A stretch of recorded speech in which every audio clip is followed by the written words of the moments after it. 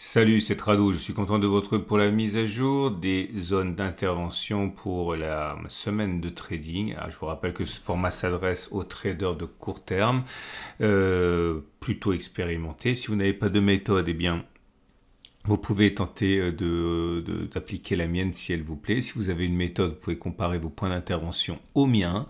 Et on commence avec le CAC 40 dans une même situation que la semaine dernière. Rien n'a changé, ni la borne basse ici, ni la borne haute. Ceux qui veulent acheter attendent sans doute une fois de plus un retour dans la zone orange ou avec un petit peu de patience dans la zone bleue ici qui correspondent à des supports plus ou moins précis. Premier support donc 69, 60, 68, 60. Ceux qui veulent spéculer à la baisse auront sans doute à cœur d'attendre un retour une nouvelle fois soit sur la résistance bleue HK des 71 60, 71 42, soit dans la résistance journalière des 72 20, 71 73.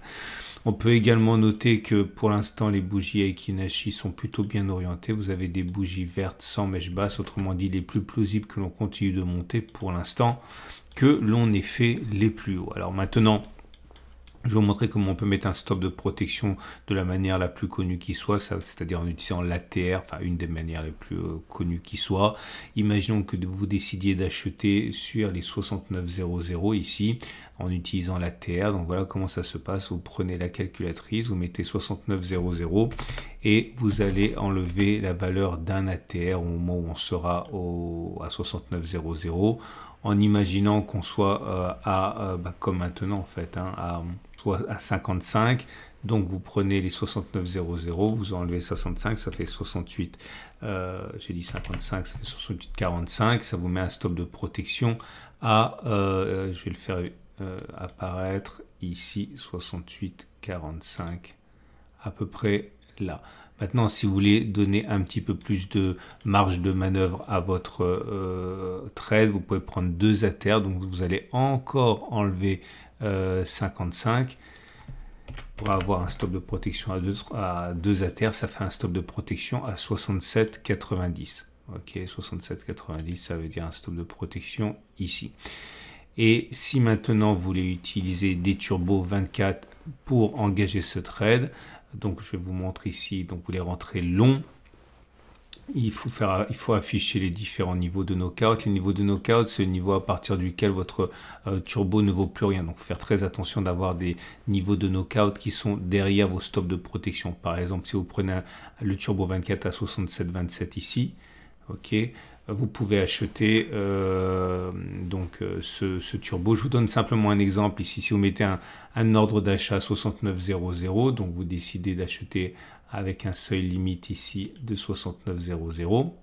On va prendre, on prend le pricer, c'est plus facile. Donc 69,00, ça veut dire un achat à 2,128. Vous coupez ça dans le ticket d'ordre. Et peut-être pas 1000, c'est beaucoup. Imaginons que vous achetiez pour débuter 10 Turbo 24. Ça vous met à 21,28 €. Et votre stop de protection, votre stop de protection étant sur 68,45, 67,90, il faut impérativement prendre votre perte et ne pas laisser votre trade perdre 100% de la valeur de votre investissement. Donc c'est votre niveau de knockout. Il faut absolument pas attendre que les cours descendent ici pour clôturer votre trade. Donc imaginons maintenant que vous décidez de spéculer plutôt à la baisse avec des Turbo 24. Donc voilà ce que vous avez. Si vous décidez de rentrer, on va prendre à 62,00 ici. Donc vous prenez 62,00 et vous ajoutez la valeur d'un ATR. On a vu que c'était 55 dans cet exemple-là. Donc ça vous fait un stop de protection à 62,55. 62,55 c'est ici. Je vais le faire. Ça le met ici. Et donc si vous voulez prendre un turbo 24 à la vente, donc ce qui vous intéresse c'est de spéculer à la baisse, donc short, un stop de protection avec un knockout, mettons ici à 62,98,7, donc c'est ça là, et vous allez passer votre ordre. Donc vous décidez de rentrer, mettons on a dit à 72,00, donc vous rentrez là la valeur à laquelle vous voulez acheter, donc c'est 72,00.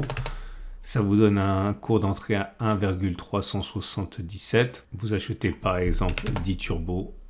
Voilà. vous avez votre ordre d'achat qui est positionné là où vous désirez. On va maintenant passer au DAX 40. Et le DAX 40 également est dans une position très attentive. C'est le même graphe que la semaine dernière. Toujours comprimé entre une résistance H4 15275, 15235 contre laquelle on a échoué donc la semaine dernière et le support 15270, 1580 contre lequel on a rebondi la semaine dernière. Donc les bornes ont été respectées. Du coup, même stratégie. Les vendeurs chercheront à vendre sur cette zone de 15275, 15235. Stop de protection au-dessus, notamment en utilisant les ATR. Les plus patients voudront sans doute attendre un retour sur la résistance journalière 15 647, 15 490, stop de protection au-dessus de la zone, et les acheteurs feront l'inverse, des recherches de points d'achat sur signal ou sur simple contact avec cette zone à 15 270, 1580, le stop de protection étant mis en dessous. Les bougies Aiki-Nashi indiquent que pour l'instant c'est plutôt haussier, vous le voyez, bougie verte sans mèche basse, donc plutôt haussier. Des Turbo 24, il y en a beaucoup. Regardez simplement, je vous montre une fois pour toutes. Vous avez tous les niveaux ici qui peuvent vous satisfaire, à condition bien sûr qu'ils soient en dessous de votre stop de protection. Le Dow Jones est également dans une situation très similaire. On latéralise et les bornes de la semaine n'ont pas changé. 32 750, 32 460 avec un stop de protection pour ceux qui veulent spéculer à la baisse, 31 890, 31 430 avec un stop de protection en dessous pour ceux qui veulent spéculer à la hausse. Les bandes sont assez larges, donc certains préféreront attendre que l'on s'enfonce significativement dans la zone avant de déclencher leur achat pour ne pas avoir un stop de protection trop élevé. Les bougies Aiki-Nashi indiquent que c'est plutôt aussi avec des bougies vertes sans mèche basse. Donc il y a plus de chances pour que l'on continue de monter plutôt que l'on ait fait les plus hauts. Pourquoi pas justement considérer qu'un retour sur les 32 750, 32 460 soit à envisager. Et pour le Nasdaq, on est dans une zone à risque, sur une résistance, celle des 12 900, 12 700 ici. Beaucoup tenteront un trade baissier avec un stop de protection au-dessus de la zone en question. Les acheteurs attendent à minima un retour sur les 12 560, 12 545 pour acheter. Stop de protection en dessous de la zone bleue en utilisant les ATR par exemple. La prochaine résistance, le prochain support journalier est loin. Il est à 11 930, 11 820 et il a fait ses preuves lors des précédents contacts. Bougie Aiki-Nashi plutôt haussière puisque vous avez des bougies vertes sans mèche basse qui indiquent que ça reste quand même une pression positive. Mais attention, elle se raccourcit à mesure que l'on s'enfonce dans la zone de résistance, ce qui est quand même assez classique. Et on passe à l'euro-dollar qui est en train de corriger une progression très importante entamée depuis le 15 mars. À cet égard, le prochain support est à 1,0737, 1,010. Certains voudront acheter sur ce niveau avec un stop de protection en dessous. Les plus patients attendront un retour sur le support plutôt journalier des 1,0580, 1,0513, stop de protection en dessous de la zone. Les vendeurs voudront un nouvel échec ou un nouveau contact avec les 1,0925, 1,06860, stop de protection au-dessus de la zone. C'est une zone qui est relativement récente, mais qui correspond à un niveau assez proche d'une résistance beaucoup plus importante ici, celle qui est à l'origine de la grande décrue.